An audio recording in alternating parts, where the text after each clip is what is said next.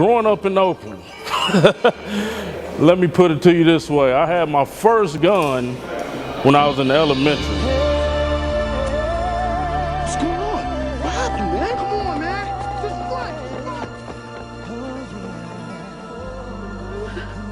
what? Well, my first experience in solitary confinement was in San Quentin.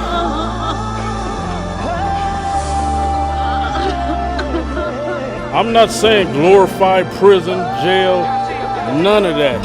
Because for me, truthfully, it was a waste of 11 years. But I'm here to say, you better find another way, and I did it. So you don't have to do it no more.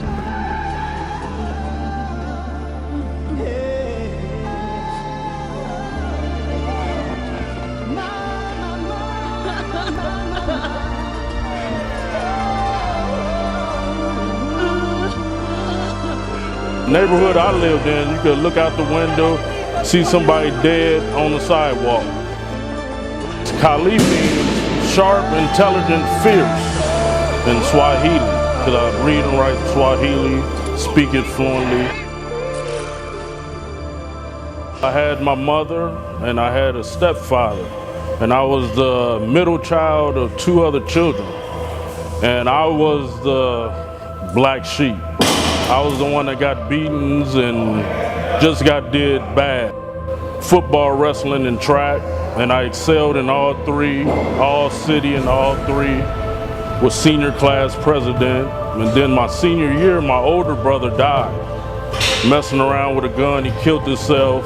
My second year at Fresno, I got in trouble. I went to the coach because my money was funny. I couldn't pay my rent. I didn't have enough money for food. So I went to Coach Sweeney, rest in peace. He died this 2013. And I asked him, could I get some money, you know, advance on my scholarship? So Coach Sweeney looked me in the eye, and I never forget it. He said, sir, a man gotta do what a man gotta do to survive in this world. And me being from the streets of Oakland, I took that in a negative way. So I went out and committed some robberies, ended up going to prison and doing 7 years in prison.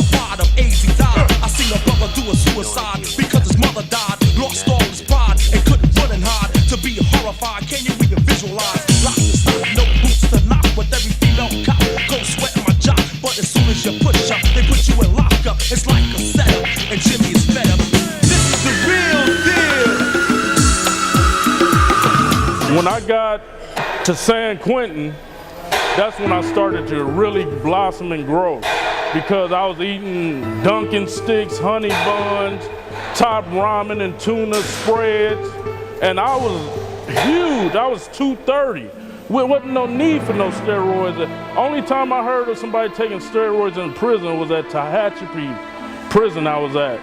And a big white guy, he was young too, he was like, I got some D-ball. I'm like, what the fuck is that?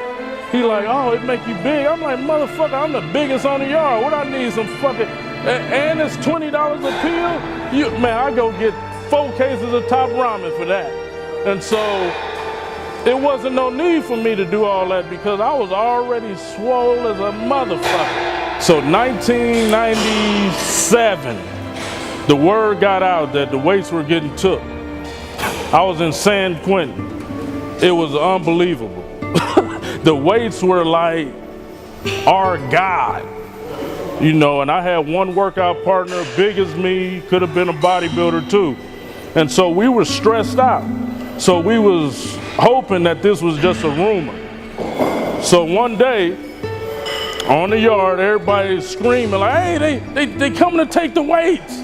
And so they had inmates that were low level to help them help the correctional officers put the weights on trucks.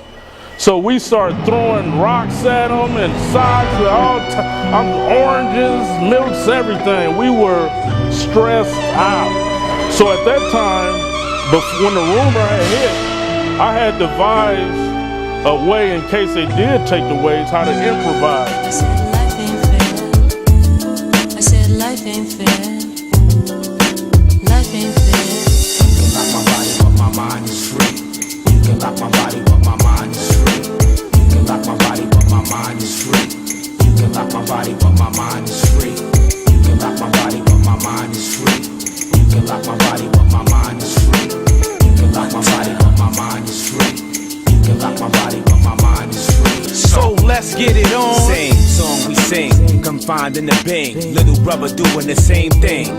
Trying to make a change, devils seem to cling. Trying to shake it, trying to make it. Sometimes I can't take it. The snakes get How you feel? devious, Good. How you feel? Good. Mischievous. In man we trust, or in God we trust. In man we Damn. trust, or in God we trust. You can lock my body, but my mind is free. You can lock my body, but my mind is free. I had one of my workout partners on my shoulders doing squats, and the correctional officers didn't want that. They didn't want us to do anything like weights, no more. And so I told them, hey, send me to the hole. If I can't lift weights, if I can't work out, send me to the hole where I could do what I want to in my cell. And so that's what happened. I lost 90 days for working out. And, you know, when I tell people that story, they're like, you lost time for working out? And I'm like, yeah. So all you spoiled motherfuckers worry about what your gym got. You know, oh, my gym don't have this and that. Hey, motherfucker, I lost time from the streets for working out with water bags and using people for weights. So my mother come pick me up. We go to Costco. So she like, baby, get whatever you want. So me, being institutionalized, I go get 5 cases of Top Ramen and a big box of tuna. She like, baby, you out of prison? What you get that for? I was like, shit, I don't know what else to eat. Me, truthfully, it was a waste of 11 years. And the reason I say that is because I was dealing with robbers, killers, stealers, the most conniving people on the earth. And yes, I tried to bring positivity to them with knowledge, fitness, and trying to get these guys to look at life in a different way. But 99.9% of the guys that I dealt with in there went back or they dead.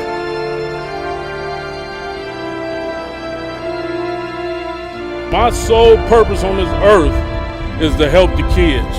I started my foundation, Ex-Con to Icon, where I'm going into juvenile halls, prisons, CYAs. I'm going to the inner city schools where people don't want to go. And I'm showing these kids that, hey, you don't have to use the negativity that you involved in your community for negativity. So I did my first competition, was the Orange County Classic. And I took first place, heavyweight. From then on, my life improved. Now his future is gone because he chose to rob when all he had to do was go and get his punk ass a job. So take notes if you will. This ain't no ordinary rhyme. It's a message, my friends. Only losers do time.